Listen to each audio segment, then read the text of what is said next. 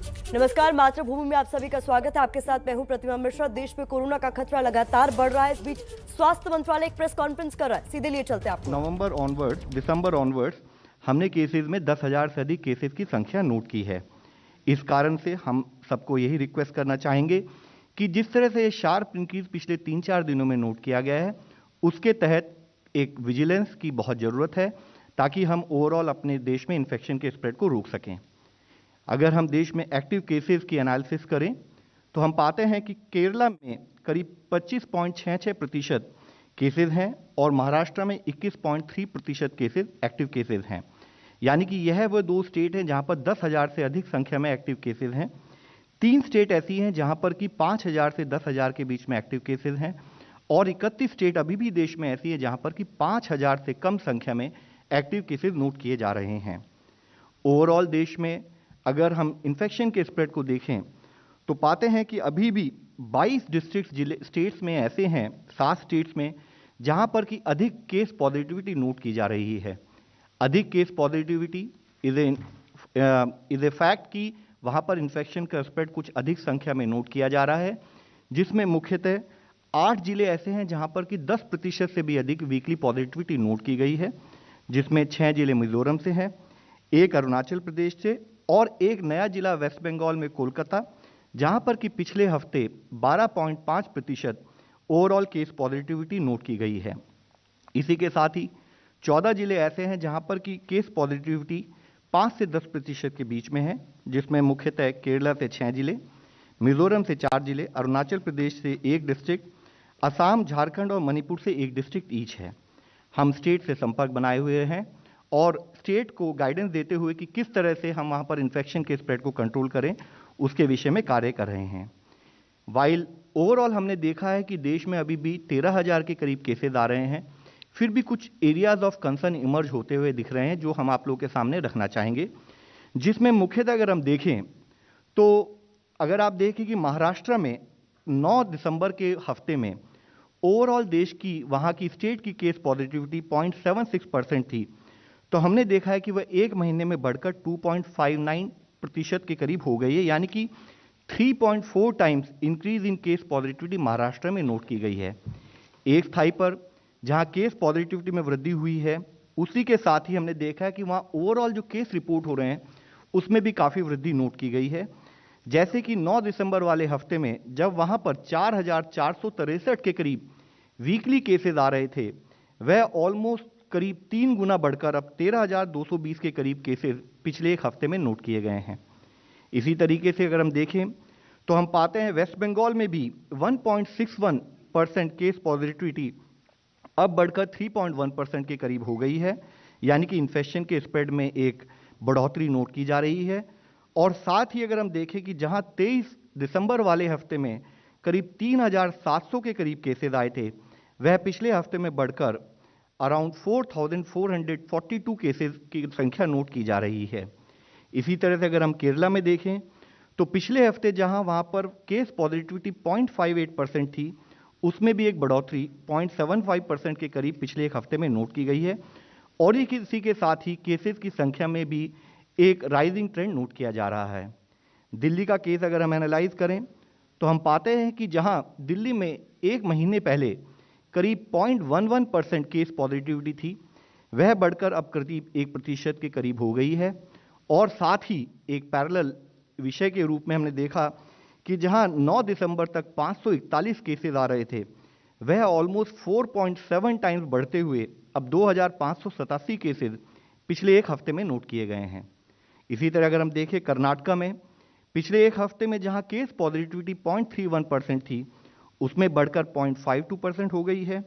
इसी तरह से अगर 2014 केसेस अगर 23 दिसंबर वाले सप्ताह में नोट किए गए तो वह भी बढ़कर 2,533 के करीब केसेस पिछले एक हफ्ते में नोट किए गए हैं। गुजरात में भी इसी तरीके से 0.19% केस पॉजिटिविटी बढ़कर अब 0.54% हो गई है। और अगर पिछले एक हफ्ते के डेटा को एनालाइज करें तो देखते हैं कि जहां 495 केसेस एक हफ्ते में आ रहे थे, वह बढ़कर 3.4 टाइम्स यानी कि 1,711 केसेस पिछले एक हफ्ते में नोट किए गए हैं। हम यह विषय आप सबके सामने इसलिए बताना चाहते हैं कि अगर हम ज्योग्राफिकल स्प्रेड देखें तो ओवरऑल देश के अगर नंबर आज भी हमें लिमिटेड दिखाई देते हैं, फिर भी कुछ इमर्जिंग एरियाज ऑफ कंसर्न है और ज़रूरत है कि उन एरियाज में हम स्प्रेड ऑफ इन्फेक्शन को रोकने के लिए रिक्वायर्ड कार्य करते रहें। इसी तरीके से हमने देखा है कि कुछ जिलों में भी sudden increase in cases note किया गया है, जैसे मुख्यतः मुंबई महाराष्ट्र में अगर आप देखें तो 7 दिसंबर से लेकर 28 दिसंबर वाले हफ्ते यानी कि 4 हफ्तों में केसेस की संख्या 1392 से बढ़कर 6787 केसेस हुई है, यानी कि approximately 4.8 time increase in cases. Pune में भी इसी तरह से काफ़ी अधिक संख्या में केसेस और एक राइजिंग ट्रेंड नोट किया जा रहा है। महाराष्ट्र में सिमिलर वे में अगर आप देखें तो थाने में भी राइजिंग ट्रेंड नोट किया जा रहा है। बेंगलुरु अर्बन में कंटिन्यूड बेसिस पर राइजिंग ट्रेंड दिख रहा है। चेन्नई में भी इसी तरीके से 1039 केसेस की बजाय 1720 केसेस या एक हफ्ते में वृद्धि नोट की गई है। मुंबई सबअर्बन हो, गुड़गांव हो, अहमदाबाद हो या नासिक हो, इन सभी जिलों में भी एक राइजिंग ट्रेंड इन केसेस नोट किया जा रहा है। हम इन स्टेट से संपर्क किए हुए हैं और required advice in terms of कि क्या एक्शन लिया जाए फील्ड पर कि इन्फेक्शन के स्प्रेड को रोका जाए, उस पर कार्य किया जा रहा है। यहाँ जब हम देश की परिस्थिति के बारे में बात कर रहे हैं, आज जरूरी है कि हम ग्लोबल परिस्थिति को भी समझें और उसमें हम आप लोगों के सामने बताना चाहेंगे कि आज पूरी दुनिया में करीब 2 करोड़ 68 लाख के करीब एक्टिव केसेस हैं और ऑन एन एवरेज पिछले एक हफ्ते में 10 लाख से अधिक केसेस पूरी दुनिया में नोट किए जा रहे हैं। और उसमें भी सबसे मुख्य इशू यह है कि अगर आप देखें कि जो सर्जेस पूरी दुनिया में नोट की गई हैं, तो जहां एक समय सर्ज में 8,92,000 के करीब केसेस थे, जो कि हमने जनवरी 2021 में नोट किया। इसी तरह अप्रैल के माह में 9 लाख के करीब केसेस एक सर्ज के रूप में नोट किया गया और 6 अगस्त के समय पर जहां 8,20,000 के करीब cases on an average daily basis पर रिपोर्ट होते थे, उनको नोट किया गया। तो अगर पिछले 24 घंटों का डेटा हम वर्ल्ड लेवल पर एनालाइज करें तो एक एरिया ऑफ कंसर्न इमर्ज होकर आता है कि करीब 17,17,482 केसेस पूरी दुनिया में रिपोर्ट हुए हैं। और इसको फर्दर अगर हम डिटेल में एनालाइज करें तो देखते हैं कि जिसमें 4 देश ऐसे हैं जो कि अराउंड 58% ऑफ जो दुनिया के सारे कोविड केसेस आ रहे हैं पिछले हफ्ते में, वो उन 4 देशों से आ रहे हैं, जिसमें मुख्यतः यूनाइटेड स्टेट्स से अराउंड 28.8%, यूके से 12.5%, फ्रांस से 10.1% और स्पेन से 6.7%। यहाँ मुख्य विषय यह है कि नॉट ओनली यही कंट्रीज हैं, ओवरऑल हर कॉन्टिनेंट में कई कंट्रीज के अंदर एक राइजिंग ट्रेंड इन केसेस नोट किया जा रहा है। जैसे अगर हम यूनाइटेड स्टेट्स का डेटा एनालाइज करें तो देखते हैं कि जहां 1,21,000 केसेस एक हफ्ते में आ रहे थे, वह 4 हफ्ते होते होते 3 लाख के करीब पहुंच गया है। और जो एक मुख्य विषय है कि अगर हम पिछले 24 घंटे का यूनाइटेड स्टेट्स का डेटा देखें तो हम पाते हैं कि वहां पर 5,12,000 केसेस प्रति रोज की संख्या से रिपोर्ट किए गए हैं। यूनाइटेड किंगडम में भी approximately 2.7 time increase in cases और हम देखें कि ऑन एन एवरेज 1,30,000 के करीब केसेस पिछले एक हफ्ते में नोट किए गए और पिछले 24 घंटे का डेटा देखें तो further area of concern is कि वहां पर 3,19,000 केसेस रिपोर्ट हुए हैं। इसी तरह फ्रांस में भी केसेस 2.25 टाइम्स बढ़े हैं पिछले एक महीने के अंदर और 2 लाख से अधिक केसेस पिछले 24 घंटे में फ्रांस में नोट किए गए हैं। इसी तरह अगर हम स्पेन का डेटा देखें तो पाते हैं कि वहां पर 6.7 टाइम्स इंक्रीज इन केसेस पिछले एक महीने में नोट किया गया है और ओवरऑल 69,000 केसेस इस पर्टिकुलर कंट्री में नोट किए जा रहे हैं। यह विषय हम आप सबके सामने इसलिए लाना चाहते हैं कि जिस तरह से वायरस का इन्फेक्शन का स्प्रेड हम पूरी दुनिया में नोट कर रहे हैं, जरूरी है कि इंडिया जो अभी तक हमारी सिचुएशन है उसको समझते हुए हमें फील्ड लेवल पर क्या प्रिकॉशनरी स्टेप्स लेने हैं, हमें इन्फेक्शन स्प्रेड को कैसे रोकना है, उस पर हमें कंटिन्यूड मिशन मोड पर कार्य करने की जरूरत है। इसी तरीके से हम सबको पता है कि पिछले कुछ एक माह से हमारे सामने नए चैलेंज के रूप में एक new variant of concern Omicron भी डिटेक्ट किया गया है, जिसकी अगर ओवरऑल दुनिया की परिस्थिति देखें तो एक माह के अंदर ही करीब 121 देशों में 3,30,000 से अधिक ओमिक्रॉन के केसेस नोट किए गए हैं और टोटल 59 डेथ्स अब तक रिपोर्ट की गई हैं, जिसमें से मुख्यतः डेथ करीब 53 death United kingdom, 1 United states, 4 Germany और 1 ऑस्ट्रेलिया में रिपोर्ट की गई है। और अधिक केसेस की संख्या को अगर हम एनालाइज करें तो पाते हैं कि अधिकतम cases United kingdom, Denmark, United states, Germany, Norway और कनाडा में पाए जा रहे हैं। इसी के साथ ही एक और एरिया ऑफ कंसर्न हम आप लोगों के सामने दिखाएंगे। इसमें यहाँ देखते हैं तो हम पाते हैं कि ओमिक्रॉन, कई देशों में अब जो भी जीनोम सीक्वेंसिंग हो रही है वहाँ पर ओमिक्रॉन की परिस्थिति, यानी कि जितने वहाँ पर जीनोम सीक्वेंसिंग किए जा रहे हैं उसमें कितने % सैंपल ओमिक्रॉन पॉजिटिव पाए जा रहे हैं, उस डेटा को अगर हम देखें तो पाते हैं कि साउथ अफ्रीका में 96% केसेस ओमिक्रॉन पॉजिटिव पाए जा रहे हैं, यूनाइटेड किंगडम में 59%, इसी तरह यूनाइटेड स्टेट्स में 41% और फ्रांस में करीब 11% ओमिक्रॉन पॉजिटिव केसेस पाए जा रहे हैं। और साथ ही हम देखते हैं कि जहां एक तरफ एक पॉजिटिव ट्रेंड के रूप में साउथ अफ्रीका में केसेस में एक सर्ज के बाद फिर से केसेस में कमी नोट की जा रही है। ऐसा लगता है कि केसेस की संख्या में एक विजिबल कमी आई है, लेकिन उसी के साथ ही और दूसरे देश है, जैसे इससे पहले हमने आपको बताया है, चाहे वो यूके हो, यूएसए हो और फ्रांस हो, वहां पर अभी भी एक कंटिन्यूड सर्ज इन केसेस नोट किया जा रहा है। WHO ने ओमिक्रॉन के बारे में जो अपना पिछला अपडेट 28 दिसंबर को दिया, उसमें उन्होंने बताया है कि ओमिक्रॉन जो वेरिएंट है उसमें पाया जा रहा है कि it has growth advantage over delta variant और इसका डबलिंग टाइम 2 से 3 दिन है। और साथ ही ये देखा जा रहा है कि यह पर्टिकुलर वेरिएंट अब कई देशों में एक डोमिनेंट कोविड का वेरिएंट बनके हमारे सामने आ रहा है, जैसे कि हमने इससे पिछली स्लाइड में आपको दिखाया है। यूनाइटेड किंगडम हो, यूनाइटेड स्टेट्स ऑफ अमेरिका हो, उन देशों में यह बाकी वेरिएंट को रिप्लेस कर मेजर डोमिनेंट वेरिएंट के रूप में उभर कर सामने आ रहा है। इसी के साथ ही यूनाइटेड किंगडम, साउथ अफ्रीका और डेनमार्क से जो इनिशियल डेटा आया है उससे यह पता लगता है कि ओमिक्रॉन वेरिएंट में एक रिड्यूस रिस्क ऑफ हॉस्पिटलाइजेशन है कंपेयर टू डेल्टा वेरिएंट। लेकिन साथ में WHO ने यह भी कहा है कि उसकी डिजीज की सीवियरिटी या उससे संबंधित management in terms of oxygen, ventilation की रिक्वायरमेंट, यह डेटा अभी फर्दर आने की जरूरत है। इसको फर्दर एनालाइज करके ही एक निर्णय पर पहुंचा जा सकता है। WHO ने यह भी बताया है कि चाहे कॉर्टिकोस्टेरॉइड्स हों या इंटरल्यूकिन 6 रिसेप्टर ब्लॉकर्स हों, यह अभी भी ओमिक्रॉन के लिए कंफर्टेबल पाए जाते हैं, इनसे हम मैनेज कर सकते हैं, इनसे ये अभी भी इफेक्टिव हैं। लेकिन monoclonal antibodies may be able to less neutralize the omicron variant, यह एक प्रिलिमिनरी डेटा के द्वारा पता लगता है। साथ ही WHO ने बताया है कि चाहे PCR टेस्ट हो, चाहे हमारे रैपिड एंटीजन टेस्ट हो, वह अभी भी ओमिक्रॉन वेरिएंट के लिए यूज किए जा सकते हैं। अगर हम ओवरऑल देश की परिस्थिति ओमिक्रॉन वेरिएंट के संबंध में देखें तो देखते हैं कि करीब 22 स्टेट्स में 961 के करीब ओमिक्रॉन वेरिएंट के केसेस पाए जा रहे हैं, जिसमें से 320 केसेस अब तक रिकवर भी हो चुके हैं। और मुख्यतः अगर देखें तो अधिकतम केसेस दिल्ली, महाराष्ट्र, गुजरात, राजस्थान, केरला और तेलंगाना इन स्टेट्स में पाए गए हैं। तो महत्वपूर्ण बात कह रहे हैं स्वास्थ्य मंत्रालय की ओर से संयुक्त सचिव लव अग्रवाल, जिन्होंने साफ तौर पर कहा कि जो मौजूदा स्थिति है, कई सारे राज्यों में पॉजिटिविटी रेट में बढ़ोतरी देखी गई है, ऐसे में सख्त निगरानी की जरूरत है। बड़ी खबर मुंबई से आ रही है। मुंबई में कल सुरक्षा को ध्यान में रखते हुए पुलिस वालों की छुट्टी रद्द कर दी गई है। सूत्रों के मुताबिक खालिस्तानी हमले के अलर्ट को देखते हुए यह अहम फैसला लिया गया है। सूत्रों के मुताबिक खालिस्तानी आतंकी मुंबई में भीड़ भाड़ वाली जगह पर हमला कर सकते हैं, ऐसी जानकारी मिली। ऐसी खुफिया जानकारी मिलने के बाद सरकार ने यह अहम फैसला लिया है कि पुलिस वालों की कल की छुट्टी रद्द कर दी गई है। तो साप्ताहिक छुट्टी पुलिस वालों की रद्द कर दी गई है। सुरक्षा के मद्देनजर मुंबई में खालिस्तानी आतंकी हमला हो सकता है, ऐसी जानकारी मिली थी और ऐसी खुफिया जानकारी मिलने के बाद ये बड़ा फैसला लिया गया है। बड़ी खबर खेल के मैदान से आ रही है। पहले टेस्ट मैच में भारत ने दक्षिण अफ्रीका को 113 रनों से हरा दिया है। इस वक्त की ये बड़ी खबर है। 3 टेस्ट मैच की सीरीज में भारत ने 1-0 से बढ़त बना ली है।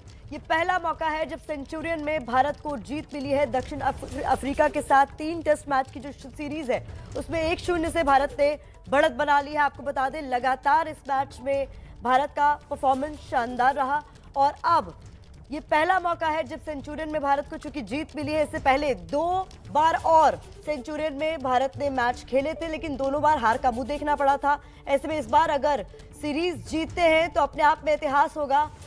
भारत ने सेंचुरियन टेस्ट में दक्षिण अफ्रीका को हरा दिया। तो हमारे सहयोगी कुंतल चक्रवर्ती भी हमारे साथ जुड़ गए। कुंतल, एक बड़ी जीत के तौर पर इसे देखा जाना चाहिए। देखिए बहुत बड़ी जीत है, क्योंकि सेंचुरियन में एक तो दक्षिण अफ्रीका का रिकॉर्ड अगर देखें पिछले 2 दशक में सिर्फ ऑस्ट्रेलिया के खिलाफ ही यहाँ कोई टेस्ट मैच में हार हुई है दक्षिण अफ्रीका की, और बाकी कोई भी टीम यहाँ टूरिंग टीम सेंचुरियन में दक्षिण अफ्रीका को हरा नहीं पाई है। तो उसी हिसाब से तो बहुत बड़ी जीत है ये सेंचुरियन के मैदान पर। और सबसे बड़ी बात है कि 3 दशक में कभी दक्षिण अफ्रीका की धरती पर जाकर भारतीय टीम कभी सीरीज नहीं जीती है, और सिर्फ 3 ही टेस्ट मैच इससे पहले जीत हासिल कर पाई है भारतीय टीम। 3 दशक में 20 टेस्ट मैच खेलकर 10 टेस्ट मैचों में हार हुई थी इससे पहले। तो उसी हिसाब से अगर सीरीज की पहले ही टेस्ट मैच में जीत हासिल की है भारत, तो इसका मतलब यह है कि पहली बार सीरीज जीतने का मौका भी है। 7 बार दक्षिण अफ्रीका में पिछले 3 दशक में सीरीज खेलकर एक भी बार जीत हासिल नहीं कर पाई है भारतीय टीम। तो ये पहला मौका है, और पहला मौका जब भारतीय टीम के पास है तो पहला टेस्ट मैच भी जीतना था, उसमें जीत हासिल करके अभी एडवांटेज है भारत के सामने। और इसके आगे जो 2 टेस्ट मैच है उसमें सिर्फ एक टेस्ट मैच में अगर जीत हासिल कर पाती है भारतीय टीम तो एक ऐतिहासिक सीरीज जीत हासिल करेगी टीम इंडिया। तो इसीलिए एक बहुत बड़ी जीत है सेंचुरियन में ये टेस्ट मैच में जीत हासिल करना। अतुल वासन भी हमारे साथ जुड़ गए हैं। सर बहुत बहुत स्वागत है एबीपी न्यूज पर आपका। आपने तो चूंकि देखा, एक तरीके से मनोबल बढ़ाने वाला मैच इसे कहा जाएगा। सेंचुरियन के मैदान पर इससे पहले जीत हासिल नहीं कर सके, शुरुआत तो हुई, कम से कम मनोबल बढ़ेगा आपको लगता है टीम का इससे? देखिए जरूर, मैं ये मानता हूं कि चलिए अगर पुराने दौरों से मुकाबला किया जाए तो वैसी टीम नहीं रही साउथ अफ्रीका की, और हमारी क्रिकेट में बहुत ज्यादा तरक्की की है। उसके बावजूद साउथ अफ्रीका एक फाइनल फ्रंटियर माना जा रहा था। जैसे हमने ऑस्ट्रेलिया को माना था, ऑस्ट्रेलिया हमने भेद दिया, हमने वहां सीरीज जीत ली, और ये ऐसे मौके अब हमारी टीम अब थोड़ा डोमिनेट कर रही है और इसी तरह से हम नंबर 1 माने जाएंगे। पर हम पहली भी एक दौरे पे एक टेस्ट मैच आ गए थे, फिर हम हार गए वो सीरीज। उसकी यादें मुझे अभी तक याद है। केप टाउन में अगला मैच हार गए थे हम, पर ये लगता नहीं कि इस टीम में इतना मादा है साउथ अफ्रीका की टीम में कि इस हमारे पेस अटैक को झेल पाए, क्योंकि हमारे बल्लेबाज कोई ना कोई तो रन करता ही है। और मुझे लगता है कि एक दिन बारिश का अगर खराब हो जाए और ऐसी सपाट पिच थी जिसमें सिर्फ 2 विकेट गए पहले दिन में, उसके बाद भारतीय टीम ने यहाँ पे 20 विकेट उखाड़ दिए, मतलब ये बताता है कि हमारी टीम इस सीरीज में डोमिनेट करेगी। कहा यह भी जा सकता है कि गेंदबाजों के नाम ही रहा ये वाला मैच, क्योंकि बल्लेबाजों से जैसे प्रदर्शन की उम्मीद थी वैसा हुआ नहीं।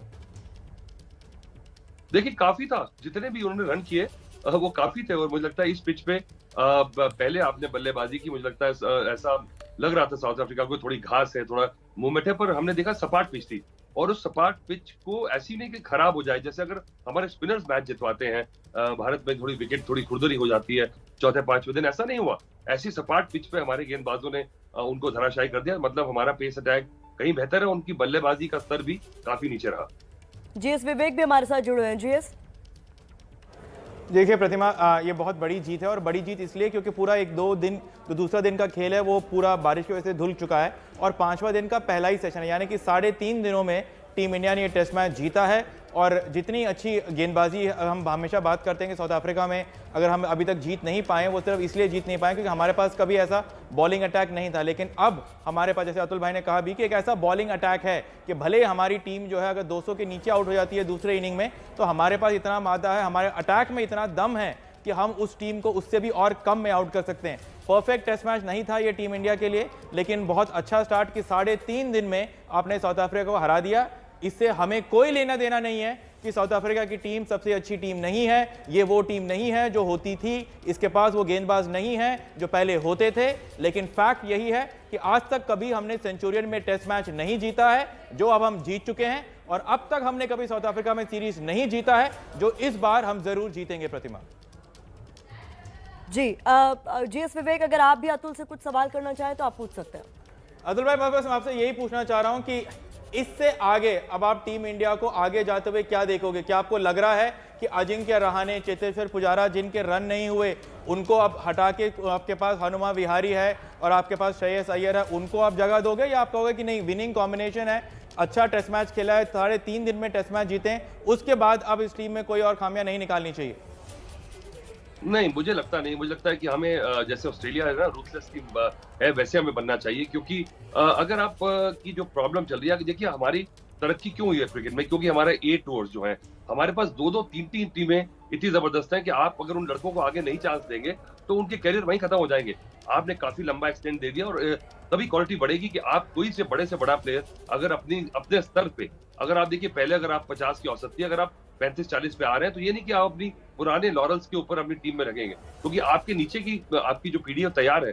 पहले जब अगर ऑप्शन नहीं होते थे तो पुराने बड़े प्लेयरों को थोड़ा सा लेवरेज मिल जाता था कि वो कैरियर चलाते रहते थे, पर अब वो बात नहीं है। अब जैसे ही कोई लगता है कि थोड़ा सा स्तर नीचे आए, आप नए लड़के दीजिए, क्योंकि वो तैयार है 18 टूर्स के साथ, और राहुल द्रविड़ नहीं वो लड़के तैयार किए। तो मुझे लगता है कि ज्यादा हमें दरिया दिली नहीं दिखानी चाहिए, और अच्छा करियर रहा, आपने सर्व किया टीम को, टीम स्पोर्ट है, आप दूसरों को चांस दीजिए।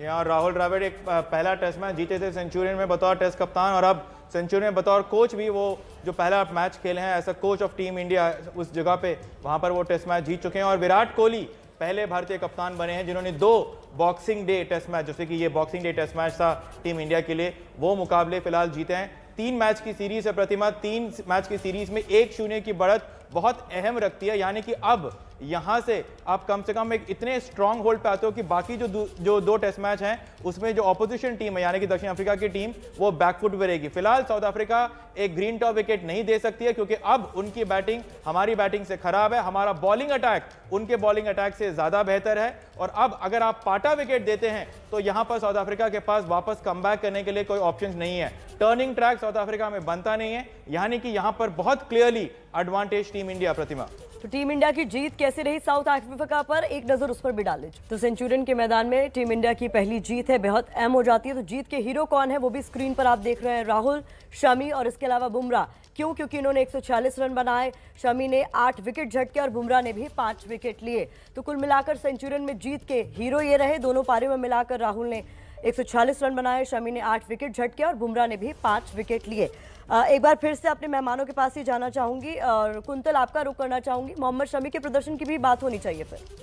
जी बिल्कुल, मोहम्मद शमी ने एक बार फिर से साबित कर दिया कि अगर थोड़ा बहुत भी कंड्यूसिव पिच उनको मिल जाता है जहां तेज गेंदबाजों के लिए थोड़ा बहुत मदद है, उस तरह के पिच में सबसे बेहतरीन गेंदबाज है मोहम्मद शमी। और यहां उन्होंने विकेट के दोनों तरफ बॉल को स्विंग करा के और दक्षिण अफ्रीका के बल्लेबाजों को बहुत मुश्किल में डालकर दोनों ही पारियों में ये साबित कर दिया कि स्विंग के सुल्तान जो उनको कहा जाता है ये ज़्यादा नहीं है, ऐसा ही उनको कहा जाना चाहिए। और उन्होंने दिन ब दिन और भी इम्प्रूव किया है इस तरह के जो स्विंग है, चाहे वो इन स्विंग हो आउट स्विंग हो, उन्होंने दिन ब दिन इम्प्रूव कर रहे हैं खुद को। और इंग्लैंड में भी उन्होंने, इंग्लैंड ऑस्ट्रेलिया सब जगह में इससे पहले जाकर अच्छा किया, लेकिन दक्षिण अफ्रीका में जिस तरह से उन्होंने फर्स्ट इनिंग्स में और सेकंड इनिंग्स में, सबसे देखिए पहली पारी में जसप्रीत बुमराह की इंजरी हो गई थी और इंजरी के बाद ऐसा था कि डबल रिस्पॉन्सिबिलिटी मोहम्मद शमी के ऊपर आ गया था, और जिस तरह से उन्होंने इसको निभाया और दूसरी पारी में भी जब ब्रेक थ्रूज नहीं आ रहा था उन्होंने ब्रेक थ्रूज दिलाए।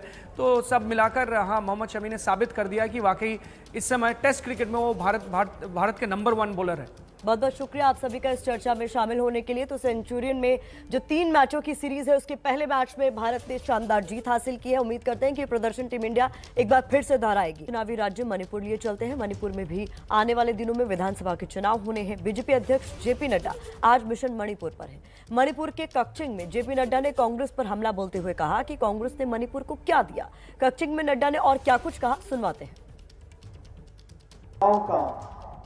जो मैं जोश देख रहा हूं, जो ऊर्जा देख रहा हूं, जो एनर्जी देख रहा हूं, जो ताकत देख रहा हूं, वह मुझे बता रही है कि यहाँ के युवाओं ने भारतीय जनता पार्टी के कमल के फूल को आशीर्वाद देना तय कर लिया है। ये बात मैं जरूर कहना चाहता हूं।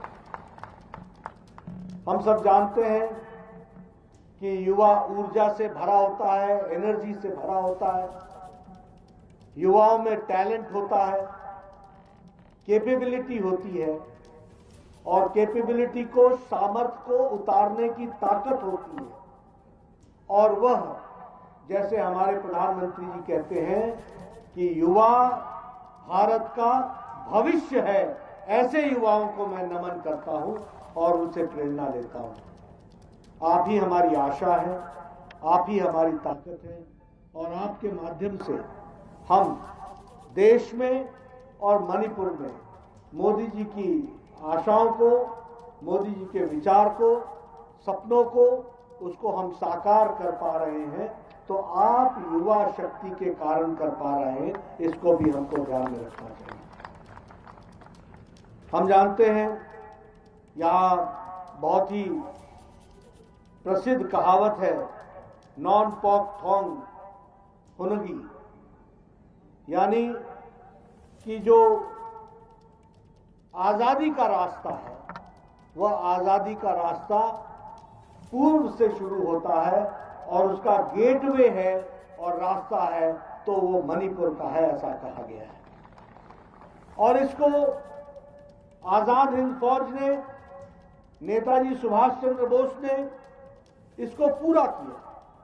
उन्होंने दिखाया कि किस तरीके से आजाद हिंद फौज के माध्यम से जो आजादी का बिगुल था वह मणिपुर की धरती पर बजा करके उन्होंने नॉर्थ ईस्ट में यह great way of India, great way of independence, इसको बढ़ाने का प्रयास किया। और आज मैं बहुत विश्वास के साथ कह सकता हूं कि आदरणीय मोदी जी के नेतृत्व में गेट वे ऑफ आत्मनिर्भर भारत का gateway of the east Manipur है। इसको भी हमको ध्यान में रखना चाहिए और इसको भी हमको समझना चाहिए, इसको ध्यान में रखकर के काम करना। मित्रों, हम जानते हैं कि जहां तक दूसरे राजनीतिक दल हैं, दी अदर पॉलिटिकल पार्टीज, इसके पास न दिशा है, न दृष्टि है, न डायरेक्शन है। They are directionless. Their only intention is to criticize Bharatiya Janata Party. Their only intention is to criticize Modi ji. And while criticizing Modi ji, वह देश को भी क्रिटिसाइज करने लगते हैं, देश का भी विरोध करने लगते हैं। ये उनका राजनीतिक कल्चर है। हमारे पार्टी में हम देश को सबका साथ, सबका विकास, सबका विश्वास, इस बात को लेकर के चल रहे हैं। वह वंशवाद को लेकर के चल रहे हैं, परिवारवाद को लेकर के चल रहे हैं, अपने लोगों को लेकर के चल रहे हैं। भ्रष्टाचार उनका साथी है, कमीशन उनका साथी है। हमारा साथी है मोदी जी के नेतृत्व में देश को आगे बढ़ाने का मिशन। उनका मन है देश में only commission, commission and commission. ये हमको हद तक समझना चाहिए और इसलिए इन सब चीजों को मोदी जी के नेतृत्व में साकार करने के लिए जहां एन बीरेन सिंह जी मणिपुर में लगे हैं, तो वहीं हमारी युवा शक्ति ताकत दे रही है और उस ताकत से हम आगे बढ़ रहे हैं।